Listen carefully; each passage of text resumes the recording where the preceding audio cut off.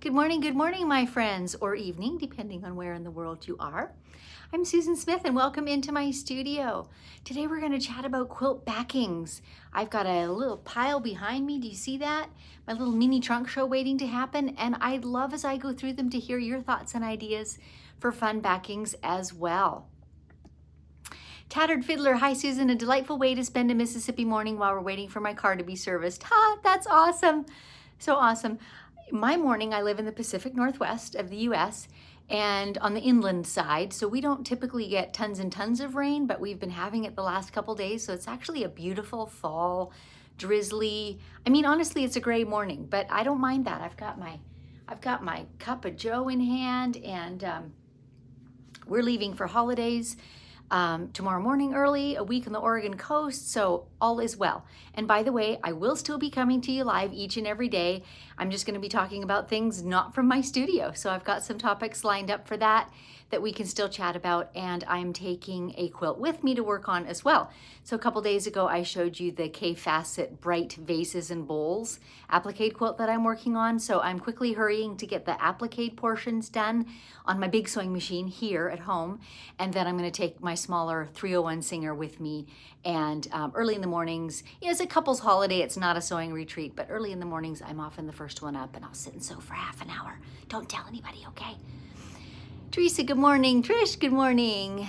Mandy, it's cool and crisp here in Georgia for a change, usually hot and humid till Thanksgiving. Nice.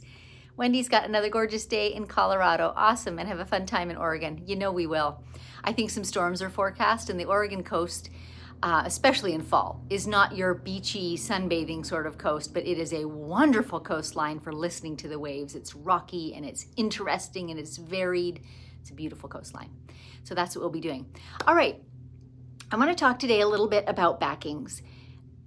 You know, the variety is absolutely infinite. So I just grabbed a few that I have, one client quilt that is actually here in the house at the moment, to just give you a couple of ideas and perhaps bust out a couple of myths. I think I put in the title or in the description that some quilters will say, never, never, never put sheets on the back of a quilt.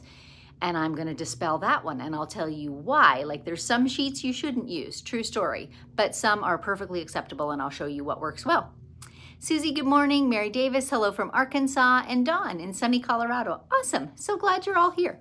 Well, let's dive in. You guys feel free to type in questions or comments as we go, and we'll get going. I did at one point have my quilts in a kind of sort of order, but then I changed my mind and moved them around, so now they're just going to come in whatever order they come, okay? All right, this first one was the one that I featured on the first day that I was live, so 3 or 4 days ago, and I was quilting the crosshatch on it. And this belongs to Laura, and look at her back. Also pieced. So Laura makes a lot of these quilts that are, they're smallish, lap-sized quilts. I would say they're about 45 or 50 by 55 or maybe 60. Let's say 45 by 55. That's a very common size. So they're small. So though the back is pieced also, and that feels like making another quilt, at least it's not huge, right? And I don't know this, but I sometimes wonder if Laura honestly cuts the backs first, the larger squares, and then chops up all the little bits around them and makes fronts, because she does a lot of quilts like this, and they're always beautiful. And she just picks different colorways. You've probably seen them on my YouTube channel before. Lots of autumnal ones, lots of browns, lots of greens, sometimes whole blue ones.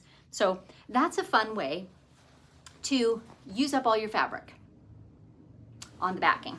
A very fun way. Okay, let's see. Here comes a sheet one. This is a recent quilt of mine, and I won't be able to show these entire quilts. There's just no way. I can't hold them high enough or get them in the screen. But it is a ginormous Lone Star, and the whole top was a vintage piece, blue and everything. I was so attracted to it because the blue is unique.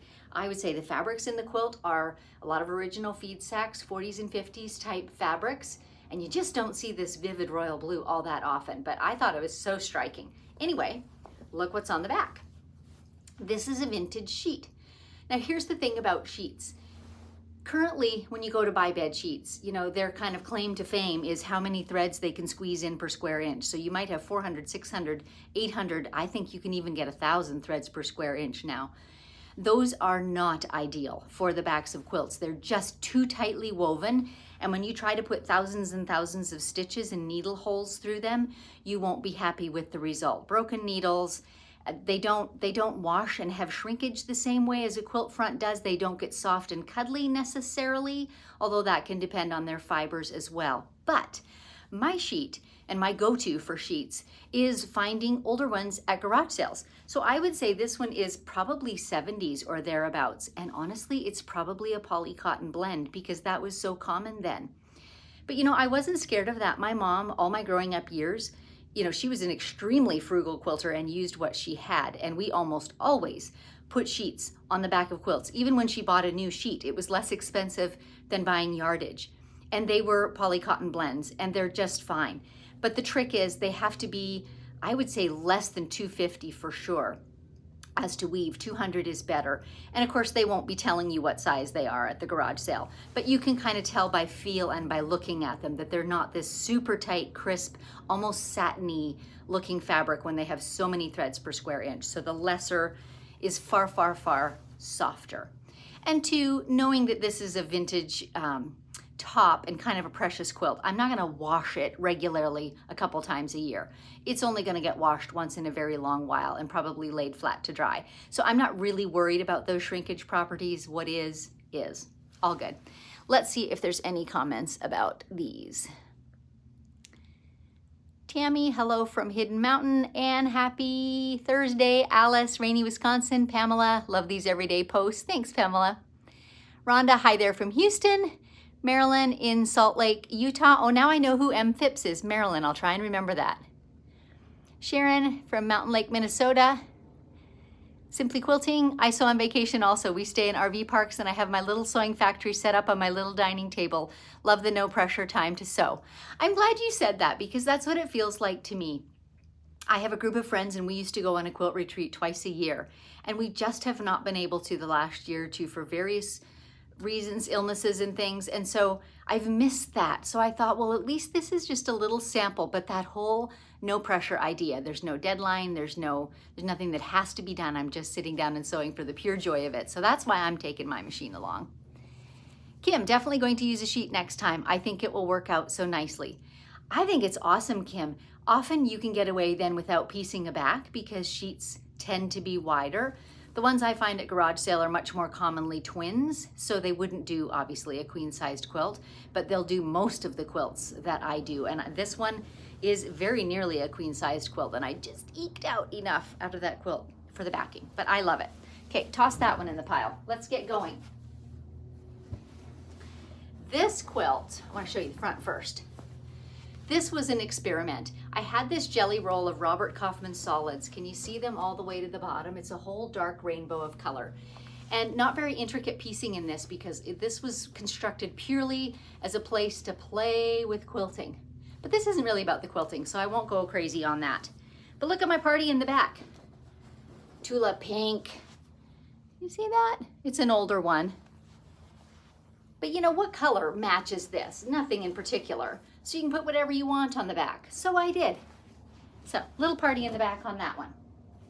This is another fun one. Lots of you will recognize this pattern, I bet. This is a Bonnie Hunter mystery quilt. I think it was called On Ringo Lake. Absolutely adored this quilt. You've heard me talk a couple of times. My sister is a quilter also, and we sometimes make sister quilts. And this was one of the first ones we did together. So we did similar quilts, but a little different. So mine is quite light corals and quite pale aquas, and charcoal was my kind of color range. She did hers with deeper, almost paprika colors, deeper than coral, although some of hers intersect with mine, but instead of my lighter edge, she went toward the darker edge. And she did darker teals and chocolate brown instead of charcoal. So we got these sister quilts that are just a little different and just have such a different feel, and I love that. And then kaboom, Tula pink in the back again. That's her swallow. I think there's a name for that line with the swallows in it. I love it. I have it in a couple colors. I snatch them up if I ever see them for sale. I love her backings. Okay, here's another one. This one is my own pattern, and I call it Ferris wheel.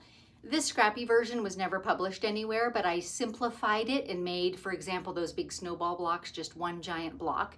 And it was in a magazine, I don't know, a couple, 3 years ago, and it was called State Park. Anyway, this was my first scrappy version. And it was the year that, what's the color? Slips my mind. That does the color each year. Anyway, it was Living Coral that year. Pantone, that's what I'm trying to think of. Living Coral was their color, and I love that color. And so these were all the things out of my scrap bin that remotely related to Living Coral. And the back is a black and white houndstooth check. Can you see that?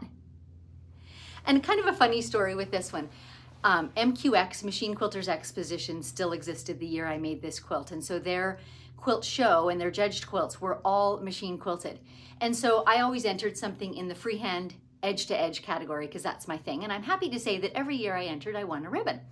And this one won a ribbon also, but it got the judges' comment that they thought the charcoal plus signs were far too high contrast and bold. So, you know, it's interesting to hear judges' opinions. When I made the quilt, I had tried those with a lighter kind of mid-gray, and to me it looked insipid and washed out. And when contrasted or combined with the black and white backing, and can you see my binding? I did a hand stitch, blanket stitch on the front, also in that dark charcoal. To me, that all read like a cohesive story. To the judge, it didn't. You know, whatever. I'm happy with my quilt, and that's what really matters. So I took second place instead of first. Let's see if we have some good comments before we do the last few quilts. Love the Lone Star. I saw that one. Great. Okay, we've caught up.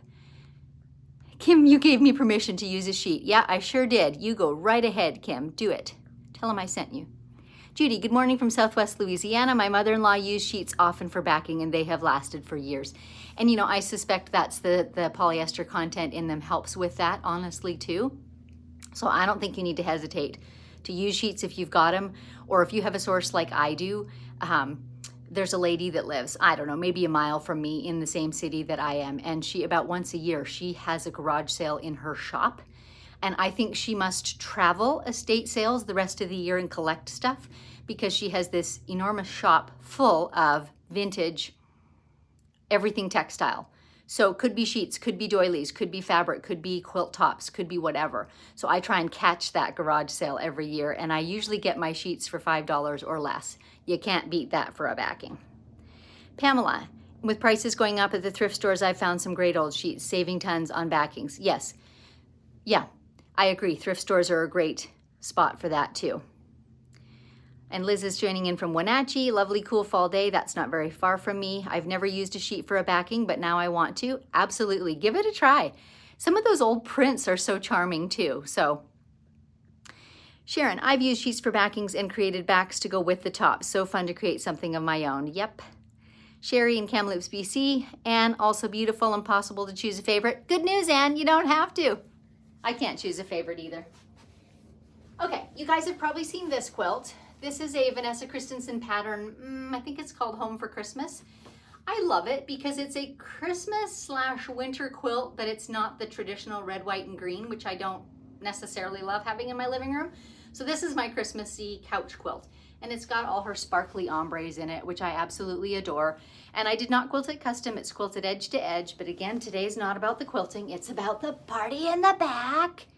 What do you think? So this one actually was the subject, this quilt, of a YouTube episode, and I think it was called Filaments, and I don't know if there was a subtitle.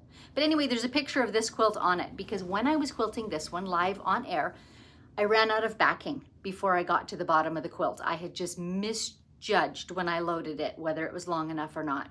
So at the end of that episode, I actually talked through the various choices that I had for solutions. I can't even show you the result because I was able to take a strip off the top, like I unloaded the quilt, cut a strip of backing off the top, put it on the bottom. It was so close that I was able to hide that joining seam almost entirely in my binding.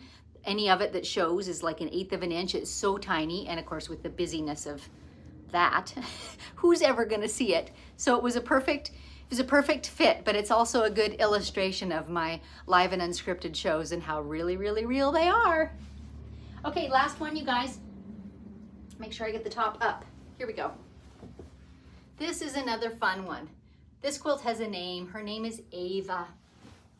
And this was one of a series, oh, I gave you glimpses of the backing, darn it. This was one of a series in my local machine quilting guild. Excuse me. We have, excuse me, let me get a sip of coffee. It's got something stuck in there. We have a treasure challenge each year, and it varies a little bit. Some years we get a whole quilt top to complete and finish, and the first time I did that was about 6 or 7 years ago, and that's what got me hooked on doing vintage-y type quilts. But some years we don't have enough full-fledged tops, and so people will get portions of tops or snippets or blocks. So this particular year, I received these blocks. And I think I got 26 of them. They were foundation paper pieced on newsprint, and the newsprint was all still on them. And most of them were from the early 50s, including a byline by Eleanor Roosevelt. Seriously. So of course it was stitched through in multiple ways, but I've saved those pieces, and someday I, or a scrapbooking friend, am gonna make a memorable page out of that, because that was a really unique find. Anyway, I got all these 26 pieces, and all I did to them was trim them up with a ruler to get the edges straight, because they weren't very regular in shape at all. And I knew I wanted to do this kind of geometric layout, and I needed them to be consistent in shape and points and angles, right? So the ones that you see on the quilt are all the pieces that I had. So clearly it was not going to make a whole quilt top. So I chose a color out of one of them, there it is. See that purpley one there? I matched that as closely as I could for this iris colored background, and I just fell in love with it. And then I went to town on the quilting. But again, this show is not about the quilting, it's about the backing. Check this out. Boom, party in the back. And you can see there's that little purple stripe in there, which matches the front. And that was my surprise backing. So I have one more backing story for you. That striped one is the one that reminds me of it. Early on, like probably my first or second year of long arm quilting, it came to my attention that a local quilt shop owner was closing her doors and going on to other things. And so she held a couple of sales of yardage at discounted prices, and I was at one of those sales and got this bright idea while I was there. I thought, wonder what she's doing with the rest of this stuff that doesn't go in her sales. Gosh, I just have a frog in my throat. Excuse me again. So anyway, after the sale, I went and chatted with her, and I said, would you let me know when you're all done, going out and doing these displays and cutting of yardage for people, and you just have some left to get rid of, will you reach out to me and let's see if we can come to an agreement? So long story short, we did, and I bought about 600 yards of fabric from her in one fell swoop. It was a lot of fabric, and at the time I thought, this will last me the rest of my life for backings, which is not quite true. I'm pretty well at the end of it. But over the years, because I got it for such a good price, I've given it away to our local guild for comfort quilts and things like that. But that stripe that you just saw was one of them. A couple of the Tula Pinks, the one on the Robert Kaufman solids, that was one of them. So I saw some gold. There were some just ho-hum fabrics in there.